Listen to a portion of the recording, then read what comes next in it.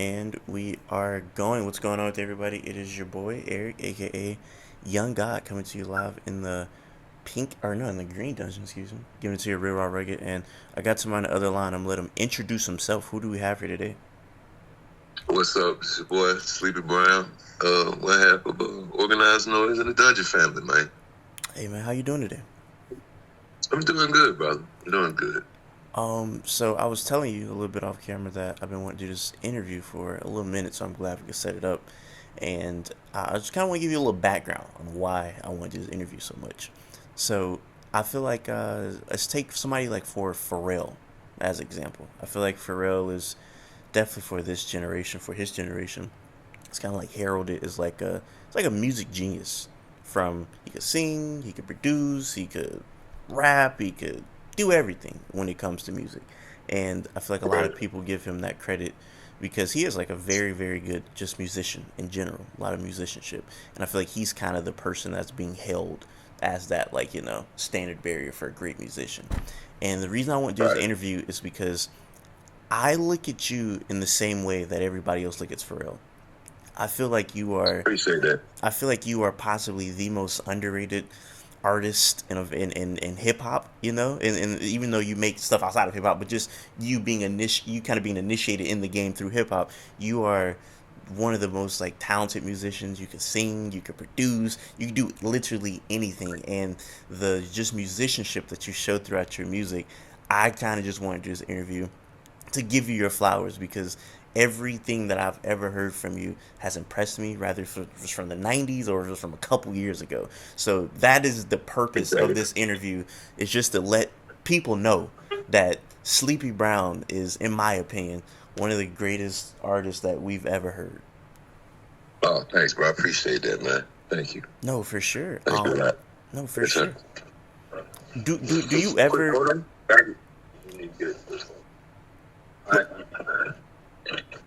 Do I have what now? Do you ever feel like you are underrated at all? Excuse me. Yeah, I felt like that before. But at the same time, just gotta keep moving and keep proving. You know what I mean? A lot of people, have finally like started giving me my flowers, but at the same time, it's kind of not even about that, bro. It's just kind of about doing what you love to do, and if they see it, great, or they'll finally realize it. You know what I mean? So, it was times where I felt like, I may have not gotten the props that I feel like I didn't really deserve, but at the same time, that's a part of it. It's about working, and you got to keep working, keep proving yourself, and showing everybody how serious you are about your music. Do you have any idea why people underrate you? Like, do you think there's a reason why people may overlook some of the things that you've contributed to music? Well, I mean, it had a lot to do with being in the production crew. See, with Pharrell, it was more about him being the leader of Neptunes. You know what I'm saying? Even though he had Chad as a partner, Chad was more of the silent partner. That kind of thing happened with me as far as being in Organized Noise, because, Rico was more of the mouthpiece of the crew. So he would go do all the meetings and talk to everybody, and everybody fell in love with him. So once they met him, they never really branched off to find out who else is part of it. You know what I mean? So I think just being in Organized Noise and playing the background and being a producer kind of had a lot to do with that, too, because I was more... like I said, Rico was more of the mouthpiece and was more of the guy that you would meet and see when you wanted to work with us. It was never really me. So for a while, man, a lot of people didn't know what I did. I never forget when when everybody first started seeing me, was So Fresh, So Clean video. You know what I mean? And I've been around since Players Ball. Like, that was me singing on that hook. So,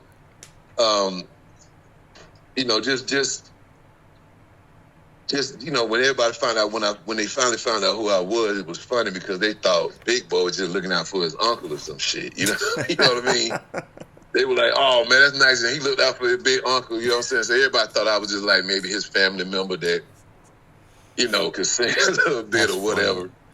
And once they really started doing the homework, and the more stuff I started doing and the interviews and kind of saying who I was, a lot of people like, oh, like to this day, man, like it's funny.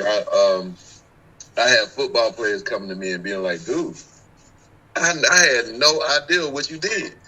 I had D Nice. D Nice, one of my favorite people. D Nice, I've been knowing him for a long time.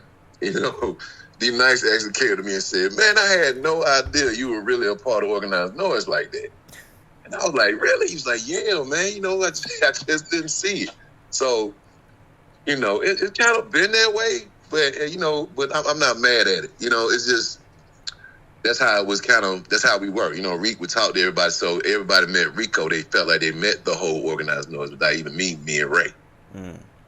Because we were the quiet guys, Yeah, and it's funny because you say like you weren't mad at it, but hey man, I'm mad for you. You know what I'm saying, bro? nigga, I done heard everybody talk about, hey man, this nigga musical genius, man. This nigga, I'm like, have y'all not heard Sleepy Brown before? Like the things that he can do on songs and he's done on songs, it's crazy to me that nobody talks about it, or I feel like not enough people talk about it. Not say nobody, but not enough people have talked about it. So well, for real, Has gave him my props before when I did when he did Margarita for me. We sat and talked. He sat there and said, "He sounds just like you, bro." He's like, "Man, like you're not getting enough props. Let me give you some." But you know what I'm saying? He bigged me up so much. You know what I mean? So I appreciate that in itself. You know what I'm saying? Nobody had to really know. Pharrell gave me my props like that, but he did. He showed me my flowers, and he said to me, "Same thing you saying, man. It's crazy that you're underrated like that." But it's kind of cool because I always root for the underdog. So I guess I became the underdog. No, for sure. And I was gonna start at the beginning, but I'm all over the place. I'm gonna start at what I feel like is one of the most underrated albums of all time, Mr. Brown. Mr. Brown is one of the most underrated albums, which, if I'm not mistaken, tell me if I'm getting my timeline mixed up, but Phunk-o-Naut was supposed to come out before Mr. Brown, right? Yeah, phunk-o-naut was actually supposed to come out. I was signed to DreamWorks at the time, and that was the album that was coming out. And then Interscope bought DreamWorks, so Interscope had to make a decision: did they want to deal with me? You know what I'm saying? Yeah. So they ended up hearing off the album. They ended up hearing "Can't Wait." And once they heard that, that's when the whole Boomerang, excuse me, Barbershop 2 was getting ready to come out. And, they liked the record so much. Plus, it had Outkast on it. So that's the reason why I ended up on Interscope. Phunk-o-Naut, I've ended up hearing, like, what I assume is, because it leaked on the internet, right? Yeah. So I heard what I assume was the finished product. That's a good album. Yeah, it was pretty good, man. That album was way more, for me, that album was a little more dirty, funky than Mr. Brown. Mr. Brown was kind of, a little smoother. But yeah, Phunk-o-Naut was really going now. Phunk-o-Naut reminded me a lot of Sleepy's Theme, or reminded me a lot of Society of Soul or Goody Mob. It was kind of like that vibe.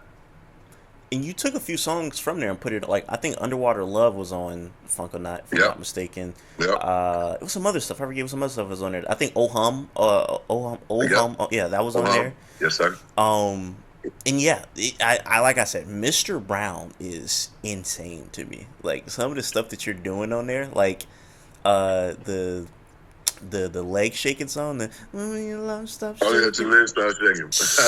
Yeah. Cause I won't stop. That song is crazy because you give me like vibes of like Marvin a little bit when you do it. Like that sound like something Marvin would have did. Yeah, you called it out. Absolutely, it is absolutely, brother. So when making a song like that, that's like an intentional thing, like that's like, is that like a Marvin inspiration when you doing that? Yeah, that was definitely a Marvin inspiration. That and Can't Wait was more of a Marvin thing. Between Marvin and Curtis Mayfield. two of my favorite artists. I think that's me in a nutshell. You know what I mean? I never forget when I did Players Ball, man. Curtis, we did Curtis' last album before he passed, and I was in the studio and I was nervous as hell because it was my first time meeting him. I didn't know if he heard Players Ball, and I was wondering what he thought. And before he started the session, he was like, "Man, let me tell you something, Sleepy. I love what you did with Outkast on Players Ball. Keep doing it." And it blew my mind because, wow, the guy that I'm, imitating on this record tells me he love what I'm doing. So I think that him and definitely Marvin had a lot to do with the sounds that I like to do in my stuff.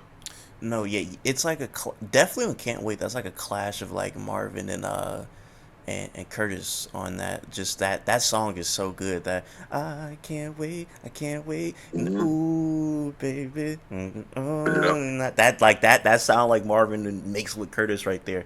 And Right. it's funny because with Curtis has one of my favorite songs of all time. It's this video, which is one of my favorite videos of all time. He has a song called Think, and Oh yeah, yeah, Think is yeah. so beautiful, and the video that's attached is to the song that I seen, or to the song that's attached to the video that I seen. It's a video from like 1930, I think 7 through 1939, and Oh wow. it's a video of black people in North Carolina, and they're like kids, it's like young adults, and the song is over the video, and it's just one of the most beautifulest videos because it's like we're looking like at history. It's like our people, and they're smiling, and it's just like damn, like look at our Yeah. people from 1937 smiling, having like a good time, and that video just so Mm-hmm. like it's so nostalgic. I mean, the song is so nostalgic mixed with the video, and it's just I absolutely love that video. So that song, I have to see that video. Video is amazing because it's like damn, like you ain't never really seen no black people from 1937 in color too. It's a beautiful Yeah, I think video. the creator just made that video for that song because Oh yeah, yeah, with yeah, yeah, AI, yeah, you yeah, just yeah, yeah. It's yeah, not it's not a it's not the video for the song, but they just put that yeah. But song that over was a that great video. idea because that's the right song to put with those images. Let me see some. Yeah. Let me see something real quick. Where is it at? This right here, it's just a little bit of it. Like you just see like I said, you just see a bunch of Oh black yeah. people smiling. This is Yeah, 1930. that's dope. You know what I'm saying? So Yeah, that's beautiful. beautiful, beautiful stuff right there. But no, yeah, on Miss Martha, that's another great song. You know what I'm saying? Oh, That's a thanks, bro. very, very, very, very beautiful song, and he was kind of like fully paralyzed making that, right? Oh yeah, like when we did that song, he was laying in the bed and but he sang it, man. We some parts were a little too much for him because he had to sing some parts of it, but all in all, man, Curtis still had it, bro, and he was excited to be back in the studio. So He like, was excited. how was like? Did they put the microphone over the bed? Like, how was the setup? How was the Yep, studio set up for that? it's exactly how it was. See, his old studio, Curtom. That's what we did. Get him off first album. We did Society Soul first album over there. Mm, And so we recorded him. So he still had the old equipment. He had a knee board. It was so awesome, bro. So they brought him in the bed, put him in the booth. They had the mic right over him. You know what I mean? And we just took our time and recorded that song, man. That and Miss Martha and Here and Gone. Yeah, beautiful. we did those two records. That's beautiful Yeah. stuff. And it's funny because just kind of looking back at Mr. Brown, there's a song by Anderson .Paak. It's on his album called Ventura, and it's the Mm-hmm. outro. It's called "What Can We Do." It's with Nate Dogg. They had like I guess like Okay. unreleased Nate Dogg vocals that Anderson .Paak did. It was like a duet or whatever. And Get to It. It's almost like they heard that song and was like, man, let's like kind of flip it.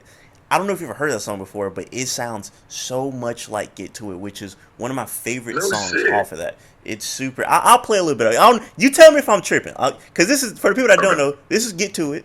You know what I'm saying? This you hear a little bit of it.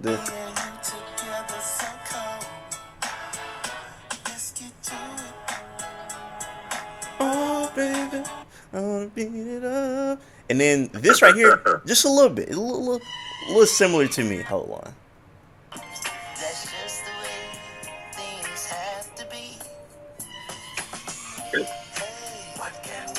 just a little similar groove, in my opinion, Yeah, in there, yeah, or it's whatever. got that. It's got that swing to it. Exactly, got that similar swing That's to what it, and that get to I it, love man. Anderson .Paak, man. I love that guy. He's so Love him. creative. He is insane with it. But I love to see him play drums. I think that dude that is a fucking drum machine, man. He's ridiculous. He is insane, and it's funny because sometimes I lose faith in like modern music, where I'm like, man, they ain't really pushing real musicians. But when I see Anderson Right. .Paak reach the level of fame and popularity that he has, I'm like, maybe music ain't dead. You know what I'm saying? Maybe we got a little bit of It's hope really left. not, man. It just, sometimes, I wish it could be more of it, but sometimes with such a hip hop driven industry right now, it's kind of hard to have an artist that does original music and does what he wants. I wish it was more of that. So that's why it's so special with him, man, because he's doing stuff that we used to listen to, Yeah. and the melodies, the beautiful melodies, the quality of the music, it takes you back. So, that's why I love him, man. I would love to work with that guy. What?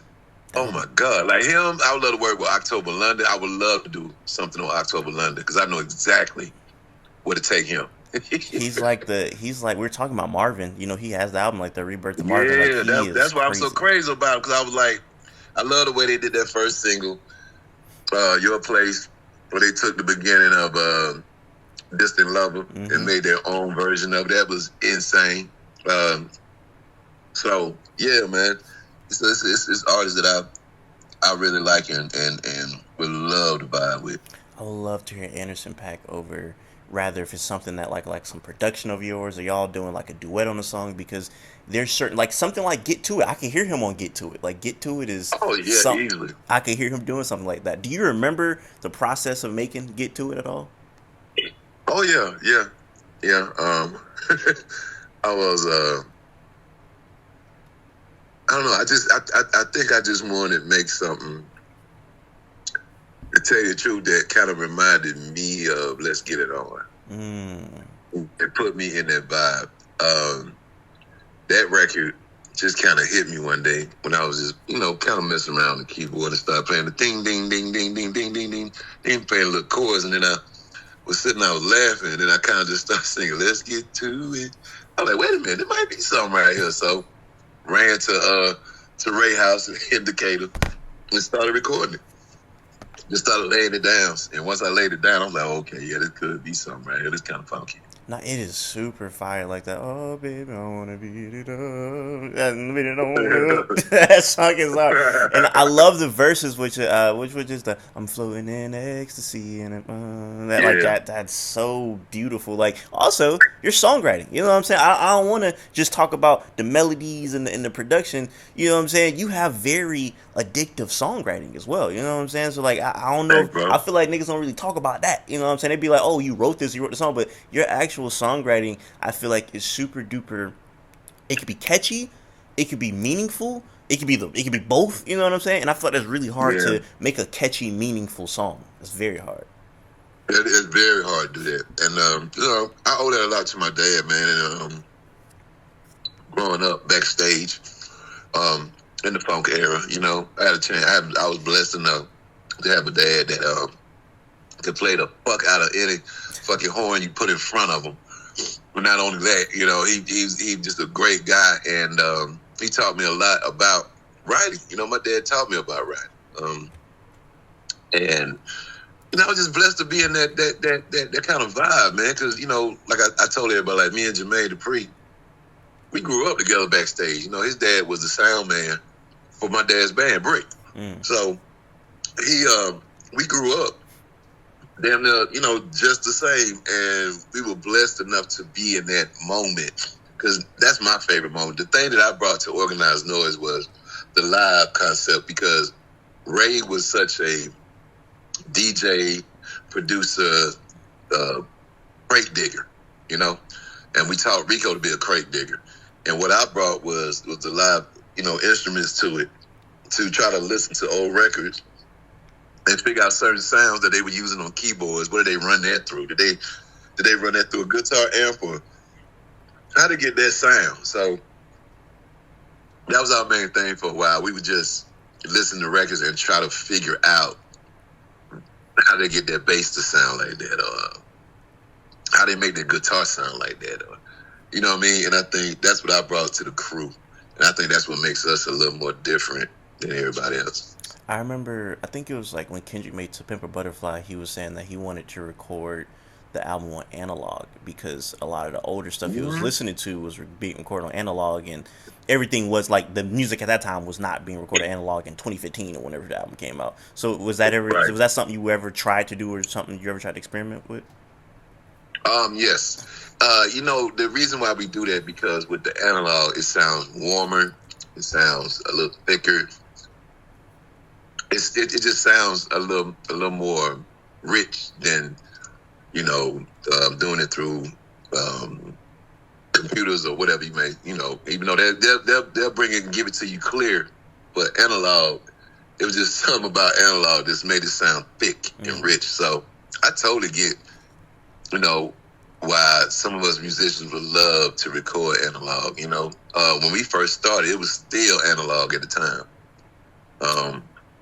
Oh, So I get it was that. still analog at that time. Yeah, when we first did Outkast's first album, that was done on tapes. That was done on tapes. Goody My first album was done on tapes. They still had tape machines and the SL board. They still had that going. Not Logic, but Pro Tools it was in there, but a lot of people still wasn't using it at the time. It was still doing analog. So, yeah, when we first came to the game, man, all our first couple of years was all analog. And it's interesting because we're talking about like a different time period right now. And one of the things that I feel like makes you stand out is the fact that even from the 90s and the 2000s, there were people that could still sing amazingly, but you approached it differently, in my opinion. Like in my ears, you approached the music like a 70s artist. Like you sound like a nigga that could have been back in Brick. You know what I'm saying? Like you sound like you could have been from that era. You are absolutely right. That was my whole thing. I always looked up to the 70s crooner.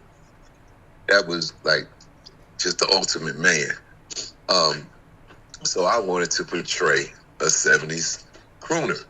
And it's funny that you said that because it's exactly what it is. I portrayed myself to be like if I was Marvin or Barry or Isaac or, you know what I'm saying? Because with nobody else doing that. So I was like, let me try to bring back the 70s crooner. Let me bring back the man of R&B. You know what I mean?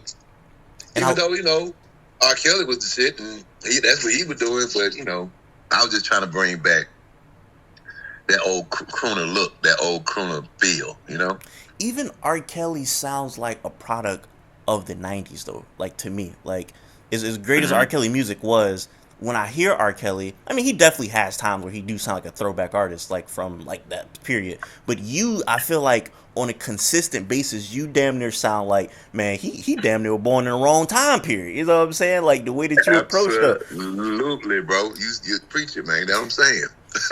And it's You're absolutely right. but it's cool because you sound like that over modern production.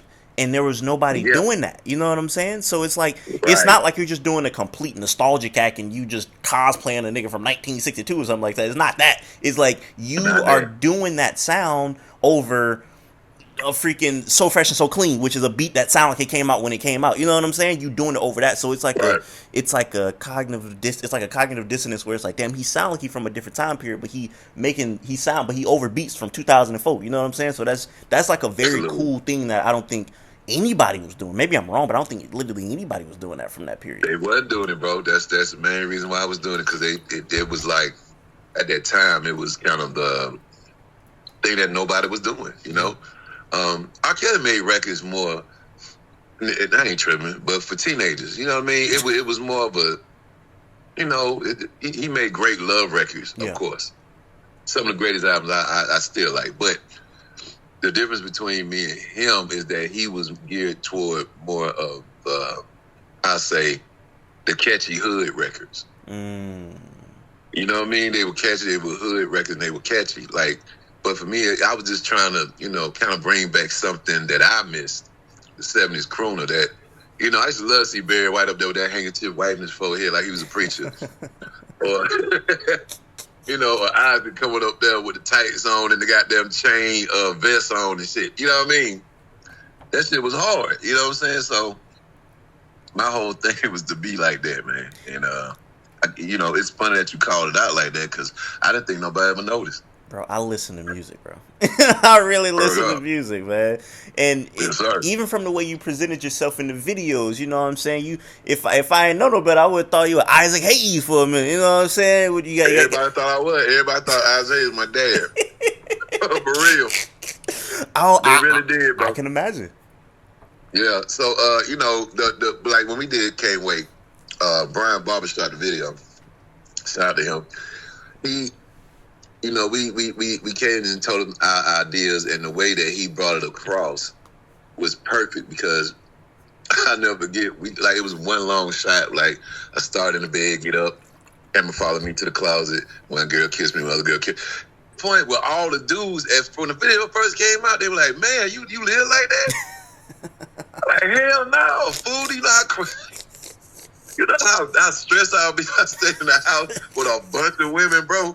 Come on, man. I like, nah. I said that'll be a great fantasy. That's just an image, bro. But it's funny because it fit that video, like the way that it fit the vocals. You know what I'm saying? Because you come off so smooth. You know what I'm saying? And like it's just so it's so player the way it sounds. You know, so I can see a nigga thinking like, damn, boy, that boy sleeping got all the hoes. You know what I'm saying? It's like I can see all that. of them over there. What are you doing? What are you doing? Where you stay? That is hilarious. And then kind of continuing the modern beats, but sounding like you from back in the day. Even the way you start off the album with I'm Soul, like that's a very modern production, but man, that song is so, I mean, you letting it be known right there. It's called I'm Soul. You know what I'm saying? Like you letting it be known. I wasn't called I'm Soul as fuck, but hey, you are. Yeah, man. I appreciate you, bro. You taking me back because, you know, I never thought anybody really realized what I was doing, and you calling out everything that I was thinking. So one of the things that I realized about your interviews, and it's some of them that don't do this. Like, for example, one of my favorite interviewers ever interviewed you, Beehive. You did an interview with Beehive last year. Yes, sir. Bro, Beehive, I like Beehive because when you watch a Beehive interview, he make you feel like you just watching like an uncle talk to your cousin or something like that. You know what I'm saying? That's exactly what it is. It's Uncle Talk.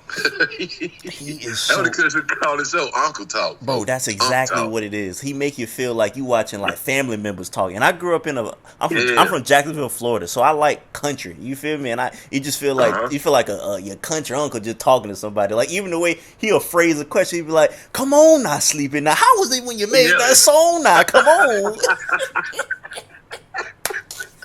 That's so true. Hell, man. Come on, Stevie. Tell me now. You right. Come on now. Absolutely right. Yeah. Man, absolutely, I love Beehive. So when I watched the Beehive interview, Beehive, he know music. Like he calling out songs and I'm like, damn, ain't nobody ever asked Sleep about that song. So that's why I love your interview with Beehive. But one of the things that I see that people do in your interviews, and I mean rightly so, because Outkast is amazing, but I feel like they focus a lot on the things you do with Outkast, or they might touch here and there on like your solo work, but I'm like, I want to touch on his solo. Like I feel like ain't nobody really talking about his Mr. Brown album in these interviews, and this one of the best things I've ever heard. You know what I'm saying? Thanks, bro. I really, man, you made me feel absolutely great, bro, because, you know, it sold pretty good. You know, it did its thing. But, you know, I've always, like we said, I've always been that underdog. I still am. I'm going to tell you something. The record I got out with Snoop right now might be the first time, truthfully, that I'm getting this much exposure from a record. And thanks to Snoop for looking out for me, bro. I honestly did that. I did that record for him. I did that record for him, man, about 3 or 4 years ago, bro. Like, I'll never forget, he was well, it might have been about 3 years. He was dropping an album and he wanted to use the sample from Mr. Blackberry Molasses. And what's funny, I was at the house working on that beat that I put out now. And I thought, like, man, it should be dope on Snoop. As soon as I thought that, my phone ringing is Snoop. I'm like, what the fuck? So he like, what up, nephew? You know, I got this record, man. I did Blackberry, man. I want you to come and sing it. I said, hell yeah. So I went down to T.I. Studio, but I called him. I said, yo, I got this beat, man. If you like it, I just give it to you. Don't even I don't want nothing up front. We just, you know what I'm saying, whatever. He's like, all right, let me hear it. So I went down there. I played the record, and he went crazy. He's like, oh, shit. So he went and wrote 2 verses for it. I'm like, oh, man, it's about to be on Snoop album. And then when the album came out, he didn't bring it out. I was like, So I called him. And, you know, I wasn't mad or nothing, but I was just like, man, if you ain't going to do nothing with it, shit, I might drop. He said, go right ahead, man. This shit jamming. Please do. Bring it out.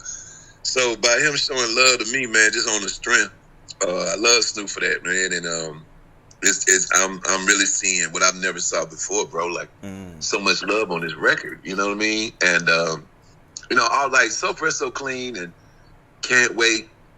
Those records were done by me and Rico. You know what I mean? And Ray came in and added stuff.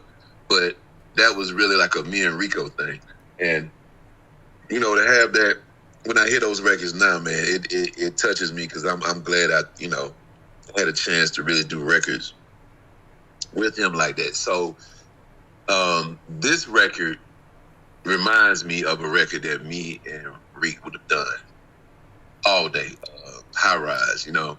And like I said, man, thanks Snoop for letting me, you know, put that record out at a time where he's really being talked about, like the super household name. Bro was at the Olympics. At the Olympics, bro. This man got so many commercials. He got the voice now. Like, it's just, and it's a beautiful thing. And I really thank him for that opportunity, man. I really appreciate it. No, shout out Snoop. And then once again, like, I mean, I didn't want to bring this up because, like, you know, sorry for your loss with Rico Wade, but you bringing that up made me think, like, now that you're making songs, and like you said, usually that'll be somebody that you, oh man, let me go and collab with him and do this. Has that like has it changed like the way you make music now in a sense where you don't have, you know what I'm saying, you can't make that music with him anymore?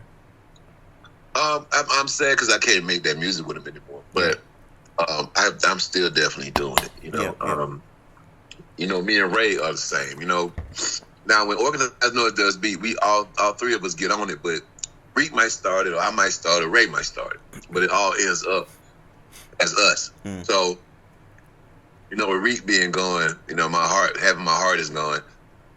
But at the same time, me and Ray are making sure that we keep everything going, and you know, we keep this Organized Noise name going, man. Yeah, man. So it's been pretty rough for us. I can't lie. It's not easy, and it's still fresh on us. So we're working through it, bro. No, for sure. Nah, my heart goes out. And you coming back to kind of Snoop. Snoop is somebody who I know like appreciates that type of music. Like, I always hear him talk about like soul music, so I know he liked that type of music. And I want to go back to Mr. Brown, but I wanna touch on something real quick. One of my favorite rappers of all time. He's like the rap version of you, where I think he's the most. He's one of the most underrated rappers in my opinion of all time. And you work with him, and I'm gonna sing the song. I'm gonna test your memory. I'm gonna see if you know who I'm talking about. And the song I think you on is the "You Gotta Get Up to Come Down." Boom, like a sup. Crit. Yes, sir. Crit. I love Crit, man. Crit is an animal. Crit that dude. Crit is that dude, bro. He is really that guy. That's a very talented brother right there, man. Yeah, man. When Crit hit me up and told me, you know, because I've been wanting to work with Crit for so long, and I told him, man, if you ever need me on the record, bro, don't hesitate. Please call me. So he finally did, and it was that song, and went in there and knocked it out, bro. And yeah, man, I love Crit, bro. Crit is he's like one of those people where also he can get on the mic, but he produces as well. You know what I'm saying? And yeah, you look forward to hearing stuff from him. You look forward to it. Exactly. And I could tell he a Sleepy Brown fan because he the way he sing is kind of a little bit like, you know what I'm saying? Like he got that soulful voice when he do his singing. So just on that hook, you gotta get up to come. You know what I'm saying? So it's I absolutely love Crit. But Crit reminds me a lot of like Pimp C, mixed with Goody Mob, mixed with Outkast. Just that the whole South sound to me, I could tell that he he definitely listened. You know what I mean? And that's why we like him, because he keeps it going. No, for sure. Shout out to Chris. That's like I said, one of my favorite artists ever. But yeah, Yeah. so with something like Mr. Brown, do you have a favorite song off of there? Wow. My favorite song on Mr. Brown is Me, My Baby, My Cadillac. Mmm. Because I'm gonna tell you why. That sample, that was one of my favorite Jackson 5 records growing up. Maybe Tomorrow. And I used to listen to it so much that I honestly said to myself, when I started getting into hip hop and I would hear it sometimes, I said, man, I'm gonna use that for something. I don't know what it is, but I'm gonna use it for something. And what happened was I got arrested one day, and I had to stay down at the damn jail for the weekend because I got arrested on a Friday, so I didn't get out to damn near Monday morning. And when I got out, I was so happy to get out, bro. I went and got me some wings, and I went to Ray House. And when I sat there, for some reason that record came on. I don't know. I didn't play it, but it popped up. And when it popped up, I heard the melody, Me and My Baby, My Cadillac. Sunroof shining. I heard it. And I was like, ooh. So, of course, sampled it, wrote the song, and then got my boys to come in and play a little bit on it. So that's really how that record kind of jumped.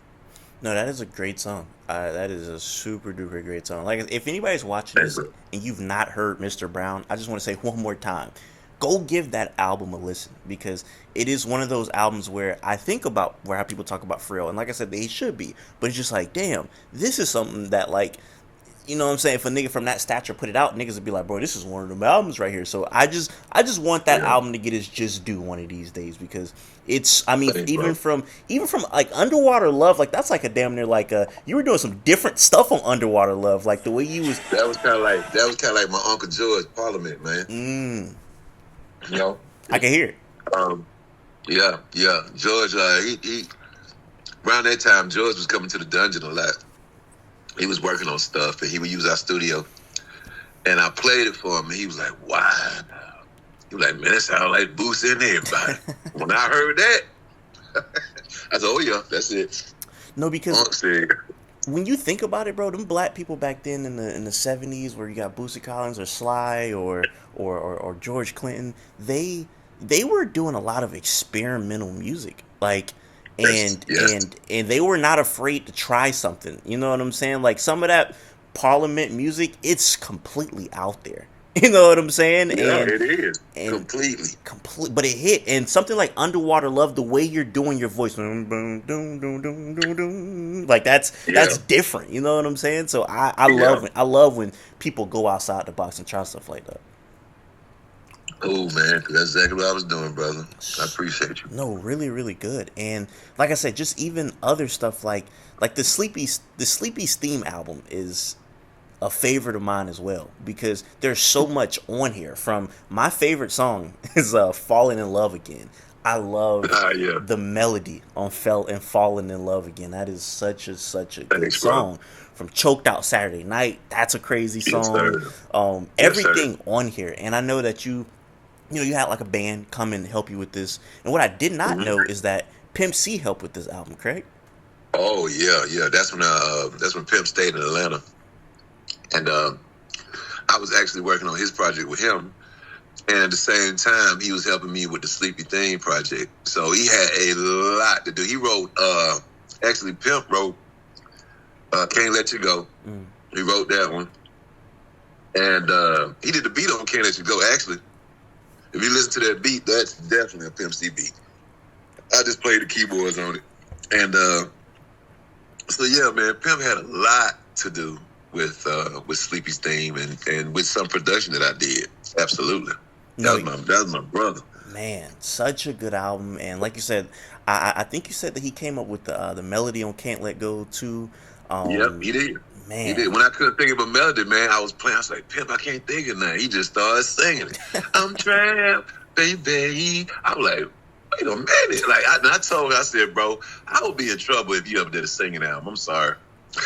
I wish he did. I'd be in trouble, bro. I wish he did, because I tried to talk him into it, man. I was like, man, I said, I'll do it with you, bro. We could do one together. Like, You need to do a singing album, my dude, with You, some funky shit, just the way you do it. you know what people don't like talk about is like, I remember seeing this like years ago and being like, what? Like he was like he like studied classical music in school. Like he played like, Mm-hmm. you know what I'm saying, like he knew music for real. You know what I'm saying? So Yeah, I yeah. don't think people really give him the credit for that. So yeah, if he would have came into the singing album, that would have been like you said. Like when you listen to Crit, you hear that Pimp C influence. So that would have been Oh insane if yeah, he would have did that. So insane, bro. no, I would have loved that. But yeah, no, that entire album is great. And then even the stuff with the Society of Soul, the Embrace video, one of my favorite videos because it's like a 10 second. It felt like 10 seconds. You hit the Mhm. craziest bankhead bounce I've ever seen in my life. You hit it so hard, you turned to the left and you kept cranking that thing. Yeah, that wasn't hitting so hard. You turned to the left and let it go, Boy, folks. man, do you know what I'm talking about? Oh yeah, I Oh could not man, forget that. Hell yeah, I know what you're talking about. that is so funny. One of the things I would ask about the video, why, what was the story behind the Asian dude doing the martial arts? Okay, that was a girl.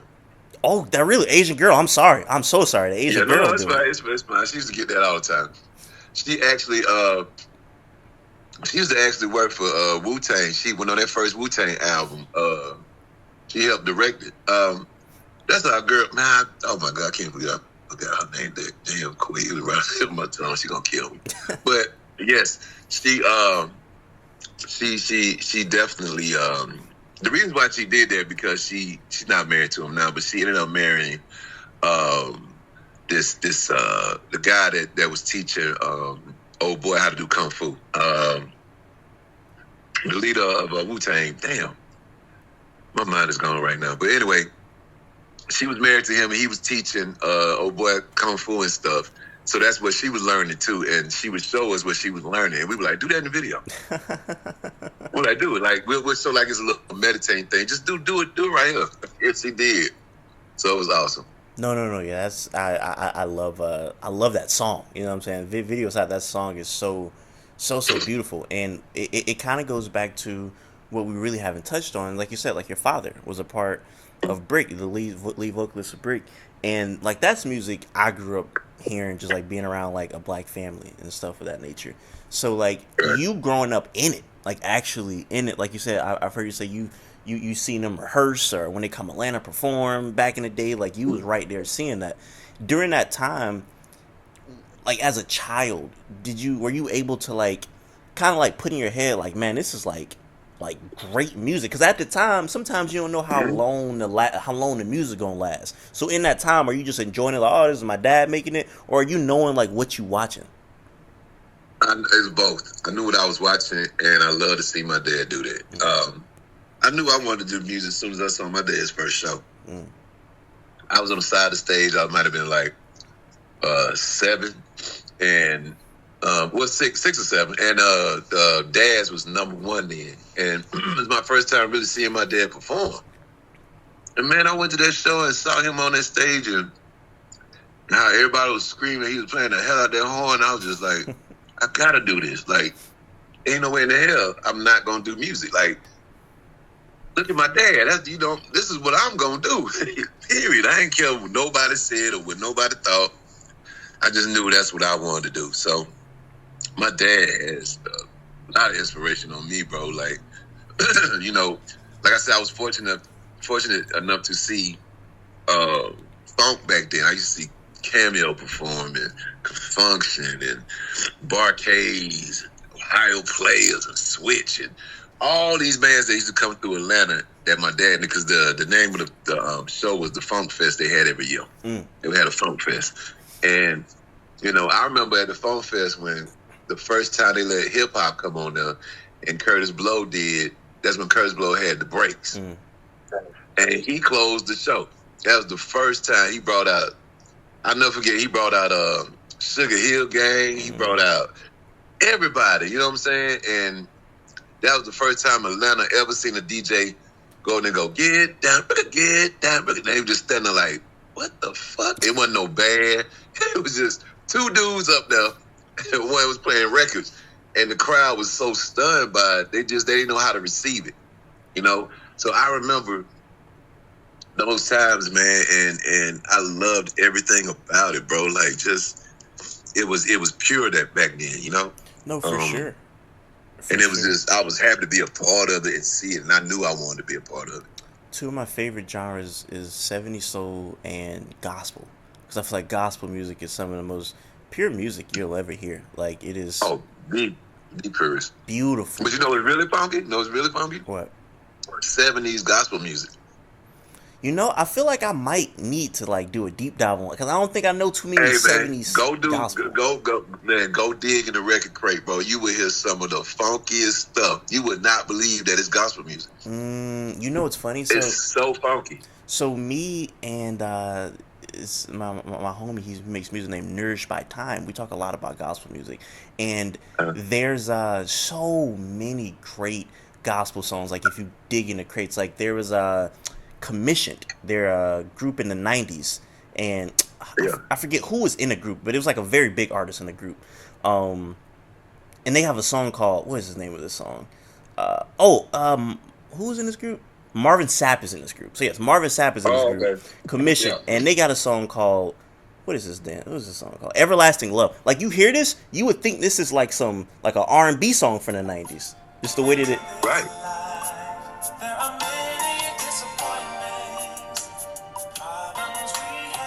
You know what I'm saying? That just sounds like something from the, you know what I'm saying? It definitely sounds like a 90s R&B record. It is so good. So I love when you say, like, you hear that music, you be like, man, I didn't know this was a gospel song. Another one. Right. A Korean girl showed me this song. She live in Korea. I don't know how she even got this record. But this sounds like... over there, they take music very serious, bro. Do they? Oh, let me tell you. Like, that's how... Because of the Asian community, that's how record sales, vinyl, started blowing back up. Because they would buy vinyl. They wanted something to hold and look at. Ever since then, vinyl has gone up. So that's why it's so special when artists put out vinyl. Because with vinyl, there's nothing wrong with music these days, but what I miss is that you'll be able to hold something, even a CD, a cover, or something you get to hold and read, and so that kind of came back. And I know for a fact that, well, it started in Japan, but a lot of sales of albums started going back up like a motherfucker. Even cassette tapes, bro. It's crazy. No, yeah, I appreciate the love for physical media. You know what I'm saying? Rather if it's a CD player, cassette, DVD, or whatever. And like I said, it's this song she showed me. It's called "He's My Friend." I heard this and I'm like, this sounds like Stevie Wonder, but it's gospel music. You know what I'm saying? Like, he just.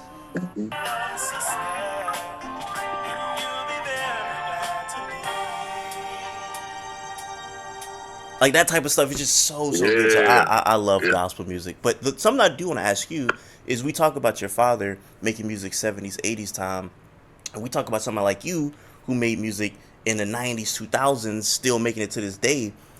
That music that y'all made is going to last forever. You know what I'm saying? 50 years from now, we still listening to Frankie Beverly, Al Green, and Marvin, and Brig. 50 years later, we still gonna be listening to Outkast, Sleepy Brown, the Dungeon Family. I feel like today there's a lack of that. I feel like a lot of the music today is being made for the now, where back in previous times, they were making music that's going to last 50 years. I ask myself all the time, what are we listening to now that we're going to be listening to 50 years from now? And I don't feel like that's a long list compared to the 70s or the music y'all was making. I'm just curious of your thoughts on that. I think some people will still listen to, because you got to think about it this way. When people hear certain songs, it's probably during some kind of event or something that they're doing, that when they hear that record, it takes them back to it. So, and that's in every like time in music. You know what I mean? It's like, I know for a fact that people still probably gonna be listening to certain songs. Shit, I mean, maybe people listen to Glow, maybe people listen to the Lotto. You know what I mean? So, because every song reminds you of a certain thing that's what happens with us. Like, when I hear a certain song, I could go right back to when I was a kid and I heard it.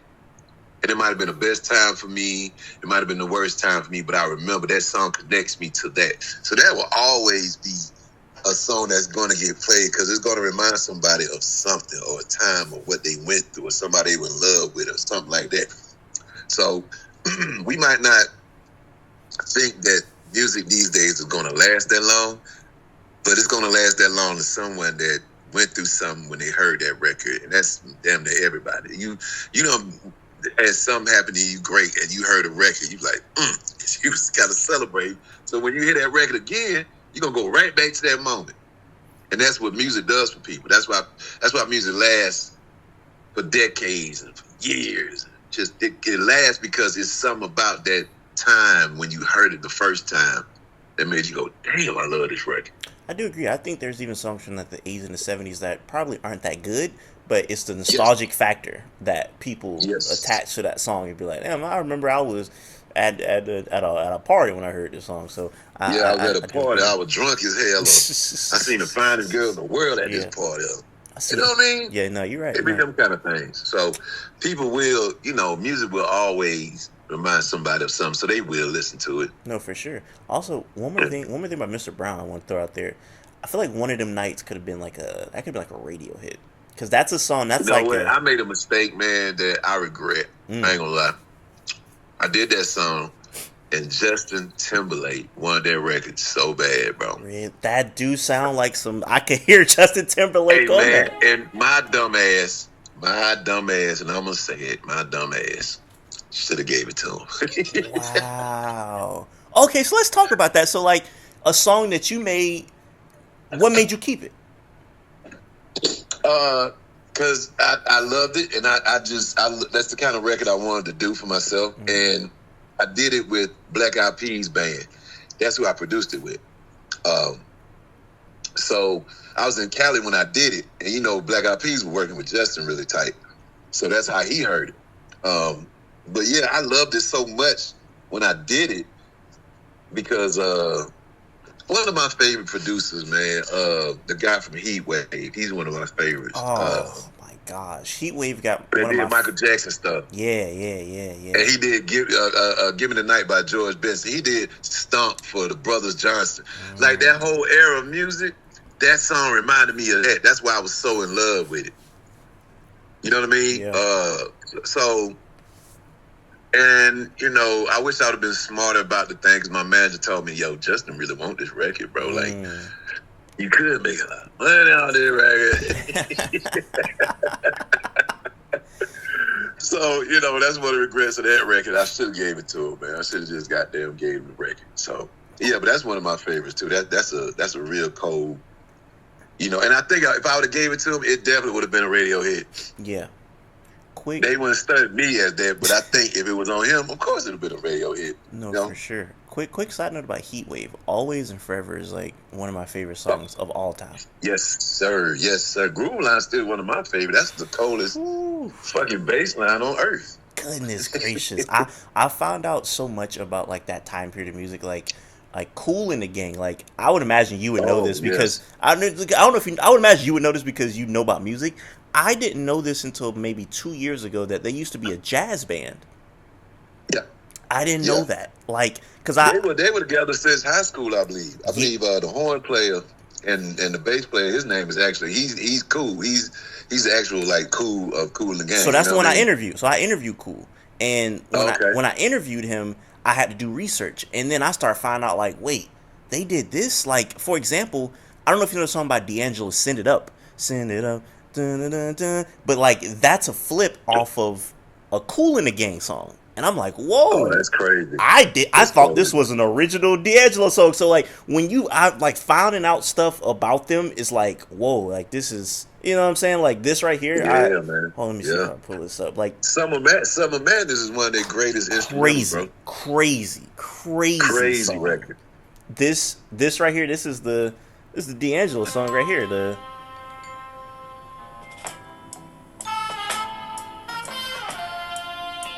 Oh, I didn't know that. Yeah. I didn't even know that. Crazy, right? That's crazy. I didn't even know that. That's crazy. That's crazy. That's 19, I think like 69 or something when they put that out. So Just Wow. You get man, you took insane. me with that one. Damn, I ain't Yeah, know that. yeah, that's how I felt. I was like, what? Wait, I thought that was, you know what I'm saying? So yeah, that's insane. So, but no, Yeah. like I said, that Summer Madness, that's super like different. That was crazy when they put that out. So, yeah, Yeah, some madness is insane. goodness gracious. But yeah, so like, I guess even going back to like more the Dungeon Family stuff, somebody that I feel like has made music that's going to stand the test of time is Future. I do feel like Future is somebody who 30 years from now Man, we're still going to be we looking so back, proud of him, man. you Yeah, know. we so proud of him, bro. Like, it's ridiculous, man. Like he's really taken advantage of the game and really made it work for him, man. And you know, because I just remember him being over at the dungeon, you know what I'm saying, running from the law. Hiding out, you know what I'm saying? So we're super proud of him, man. And I love the fact that he did the mixtape with the picture of the dungeon on it. I flipped out when I saw that. I just thought that was the most incredible thing. Then he did a song for Rico on his mixtape. And so that was a really special moment, man. But we love Future. We love Future, man. Yeah, I was gonna ask, like, do you have any memories of a young Future growing up around y'all? Just running from the police coming to the house. I remember when I first walked in and I seen him and his brother and all them, and they was all sitting in there and they was just all looking crazy. I was like, man, who the fuck is that, Reek? It's well, his nickname was Meathead. Yeah. That's just my cousin Meathead, man. He just over here, you know what I'm saying? He got a crew over there. They kind of do a little hiding out right quick. Okay. Then I found out that he really was dope. Because, see, we have, what people don't understand about Future, man. Future, I know he's doing what he's doing right now, but Future, honestly, we got a song with Future where he freestyle, bro, and he killed it. Like, he was way more. I'm not gonna say he's not an MC because No, Future can. Y'all about to say Future can rap. Like I know Future he can can rap. rap his. Bro, we got records on him that people would not believe is him. They'd be like, who is that? Like, that's Future. No way. They would not believe that that's Future rapping, for real. Because, like, his style is so different from what he used to do. So, that's why I love him, because, he was smart. He went, I ain't going to say he dumbed it down, but he made it a little more easier and made it more, not easy to listen to, but just made it more simple and catchy for you to catch it. Mm-hmm. You know what I'm saying? And he killed it, man. Like, all I can say is that brother killed it and still is, bro. Like I said, I'm telling you like this. Future's the only one they don't question about. Like, they question about Drake. You feel what I'm saying? Future been in it just as long as Drake.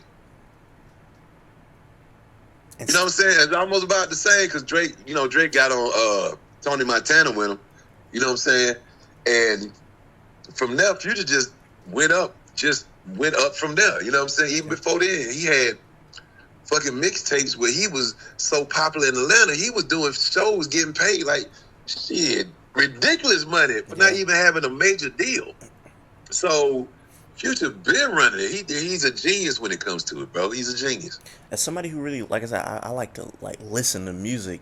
You can hear Future get in certain pockets today where you like, hold on, he kind of, you know what I'm saying? He trying to bar out right now. Like, hold on, you know what I'm saying? So I can definitely hear that. And somebody I know that is one of his cohorts that he run with, Young Thug. You don't understand how long I have been wanting to ask you this question. Have you ever heard the song where Young Thug mentioned you? I did. Matter of fact, my friends will call me about it. Say, hey man, somebody thought he was dissing me. I was like, no, it was me. It was me. I thought so too. He was just saying, okay. He don't sleep. That's all. Bro. You know what I'm saying? But I love it. You know what I'm saying? Like that. Man, Lifestyle is still one of the coldest fucking. That could easily be an R&B record. Yeah. You understand? That bridge on that record, bro, is beautiful. For sure. That is the most beautiful R&B record I ever heard in my life. So, I love Thug, man. Shout out to Thug, man. I hope this shit work out for him. They get him the fuck up out of them, man. But yeah, I definitely heard where he gave me props, man. I really appreciate that from him. So, like, me going back to high school, because that's when Barter 6 came out, and that's when Barter 6.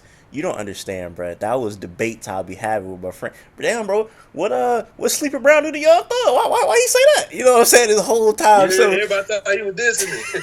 I'm like, damn, what that nigga do to you? So, bro, Yeah. I've been wanting to ask you that for so long. Cause what he say? He say, no Sleepy Brown went and talk to him about shit. I think it's that part. I was like, damn, why he ain't gonna talk to Sleepy Brown? What that nigga do to Sleepy Brown? So, I thought he was saying that he don't sleep. I think that You is the know what I gist of the mean? bar. That is the gist of the bar. I'm pretty sure. You know what I'm saying? Yeah, So, yeah, I yeah. think he said. I don't think he said I don't fuck with him, cause I think I would really know if he ain't fuck with me. Yeah. You know what I'm That's so saying? funny. So So yeah, that's why I just thought it was like a little, a little metaphor or something yeah. or something like that. But I didn't have a problem with it. No, for sure. No. It's a little play on words, but boy, I've been wanting to Yeah, ask you just that a for little so play on long. word. Nah, for sure. Yeah, that's But right. but one of the last things I do want to ask you before we get out of here is everybody talk about like Andre doing the South got something to say. As somebody who I was born in '98, so I didn't Uh-huh. experience any of the '90s, and Right. I experienced the 2000s, and I know how being like I said, I'm from Jacksonville, Florida. I know that like niggas in Florida, bro, they just not listen to Jay-Z. You know what I'm saying? Like that just really is what it Right. is. Or a nigga in Florida really not listening to Nas or nothing like that. So you Right. being aware and cognizant in the '90s, what was the dynamic between the North and the South? In a sense where when you went to the South, were you hearing a lot of New York hip hop in the '90s, and vice versa? When you went to New York, were you hearing a lot of Southern hip hop in New York? No, not in New York, Mm, not at all. But in New York, I mean in Atlanta, yeah, we would hear. Atlanta is such a melting pot. We would hear some of everything, even on the radio. Um, but as far as New York started playing Outkast. They played the remix a little bit for Players Ball because they kind of liked that beat, but they didn't like the original Players Ball, nor did they like the first album. mm, Source gave us 4.5 mics on the first album, which Source was the Bible for hip hop in New yeah. York. We knew they wanted to give us 5 mics, but they couldn't because this is our first album, and New York always looked at Atlanta like the slow cousins. Mm-hmm. That's the problem we have in New York, because every time some kid from New York would come down here for school or just come down here, he swear he ran the city because he think everybody in Atlanta slow. They always, oh, you Georgia niggas, y'all country ass niggas, y'all just country. I don't know, boy, fuck out of here. We gonna show you. That's why Dre said the South got something to say. Because you got to think about that night. That was the East and West Coast beef night. That was just all kind of crazy shit. And, for us to win an award and then get booed for it was like, well, god damn. That's why Dre was like, I'm sick of you closed-minded ass niggas. Don't never want to open your ears up and listen to something, but watch this. South got something to say. And god damn it, we showed them. No, I agree. We showed their ass. Yeah. You know what I mean? And it didn't stop. We showed them that because that was a call out to Atlanta. That's why if you watch any interview and they talk about that, every artist says, when I heard that, I knew it was about to be on. So that when you start seeing all these artists from Atlanta just start coming out. Because we became the Mecca because we got the strip club. See, if you wanted to break a record back then, you had to take it to the strip club, play it for the strippers. If the strippers requested again, you got a hit. So records started becoming about that in Atlanta. Then everybody else started coming to Atlanta with their records and play them in the club, trying to see if they can, see what they could do. Yeah. So that's how Atlanta became more of the Mecca for hip hop, because we started dropping a lot of artists, and we were dropping catchier records, and we had the strip club. Atlanta had the strip club, which blew us up. That's what blew us up with music, the strip club. I gotta thank y'all. Every time a nigga came to Atlanta, what they say? Man, I want to go to Magic. I want to go to Dixie's. I want to go. You know what I mean? I gotta we became that. I gotta thank y'all boys for what I'm saying, giving the South, what I'm saying, a leeway into the game or whatnot. So I do appreciate y'all boys. And I'm gonna close it out with this question, man. Why we only got one solo Sleepy Brown album, man? What's up with that, man? Oh man, look, I'm gonna say this, bro. Everything I've been through all these years in the industry, being on different labels, and I just got tired, bro. I got tired of put my heart into something and it doesn't work out the way I want it to. So right now, with this single doing great and everything, I'm in the process of working right now. But I feel like with this, I'm not going to completely put an album out. What I'm going to do, I'm going to put singles out. And then when I do drop an album, it's going to be a physical album. I don't want to drop an album string. I want to drop a physical album. If you want all these songs, get the album. That's what I want to do. Hey man, as you can tell, I don't know if you could tell, I'm one of the biggest Sleepy Brown fans. You feel me, man? Oh man, hey bro, you my buddy, man. We best friends now, boy. You know, we best friends. You know what's funny? My mom watched this movie 1,000 times. I don't know if you know where I'm finna go with this, but Vin Diesel got a movie called Triple X. Oh yeah, yes sir. My mom is. I've seen this movie so many times, and I swear to God can strike me down if I'm lying. The only thing I remember about that movie is the scene where Vin Diesel goes in like a bedroom with this girl. She starts stripping, and boom, boom. And I never knew what that song was until I started doing a little bit more research for this interview. And I like, nigga, don't tell me that Sleepy Brown on the Triple X song too, man. You feel me? Yeah, man. I did. It's funny. I did that record. Yeah, that was Pimp C with me. I did that record, and I was doing it for me. And then what happened was, I'm sitting in the car and I'm riding. I'm like, I need a bridge on this motherfucker. So I'm listening to it, and all of a sudden I start hearing the da da da da da da. I start hearing that part. As soon as I did that, I said, this can't be for me. This got to be for a woman. This has to be a woman record because this record too fucking sexy. And I said, who in the hell could do this? I said, Joy. Joy would be perfect. So I called her up. We went to the studio that night, did the record, and we knew we had something. Now, as far as it being in that movie, I was shocked because Joy didn't tell me that they wanted to use a record in the movie. So I went to go see the movie, and I was married at the time. I'm sitting there with my wife watching the movie, and then he walks in the room, that song comes on, and it's crowded in the theater, and I just said, what the fuck? Everybody was like, shh. I'm like, I'm sorry. That's my song. That's so I run out of the theater. I'm like, Joy, we finna take these niggas to court. They don't put our song. He said, I forgot to tell you, they're gonna put the song in the movie. I said, that's cool, great. And I hung up, went back and watched the rest of the movie. But that is funny. Yeah, man, that record still to this day, bro. I still get videos from women that are like in dance classes, pole classes, that dance off that. That is officially probably one of them. Like, I know there's plenty of dudes, they girls will come in the room and dance off that record for them. Yeah? I know for a fact that has happened. That's funny. So you were just going to see the movie as just a fan, just to watching the Vin Diesel movie. Yeah, I just wanted to see the movie because it looked like some kind of like new James Bond, but with a little more action on it, or a little more like like a younger James Bond kind of thing. Triple X, you know what I mean? So I'm like, this should look kind of hard. Went to the movie, bro. They were like, your room over there. Man, that nigga opened that door. I just said, boom, boom, boom, boom, boom, boom. I was like, man, if you could have seen my expression when I heard that shit in that theater and how I just hollered, what the fuck? That's funny, man. It's hilarious, man. So I was gonna say, I appreciate you coming through. If you got any last words for the people watching, man, the floor is yours. Man, I just want to thank everybody for the support over the years, man. And I'm happy to say that I'm finally working on some new stuff, and I have some more stuff coming soon, man. I got a remix of High Rise with Snoop. I have a remix of it with Big Boy, and I don't know if you ever heard of Akeem Ali. Oh my gosh, Akeem Ali. So I'm gonna tell you why I like Akeem Ali. So this is so funny. Snoop Dogg was interviewing somebody, and I was in high school at this time, and I had never heard this person he brought up. He brought up this rapper named Sugar Free.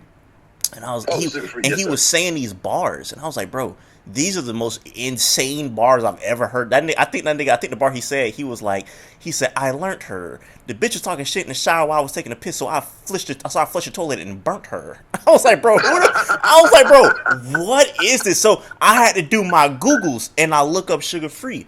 I became a Sugar Free fanatic to the point where, even to this day, only time I write raps in a sugar-free form or whatnot. Like, I write it in like I'm writing it as if I'm sugar-free. So I seen Akeem Ali, and I'm like, this sounds like some sugar-free shit. So I know exactly who Akeem Ali is. Yeah, man, he put a verse on his remix So Cold, bro. So I got that coming probably Okay. in November. But other than that, man, I'm working and got some new stuff coming, and I'm really excited, man. I just want to thank everybody and thank you, man, for supporting me, man. I really appreciate it. No, for sure. For everybody watching, hey, if y'all don't listen to nothing, go listen to till your legs start shaking. If you don't feel nothing when you hear that, man, when he skit the open till your legs start shaking, oh my gosh! If you don't feel nothing, then I don't know what to say. So for everybody watching, I appreciate y'all. Until next time, I say what I mean what I say. Haters gonna hate, players gonna play. Y'all holla at yo boy.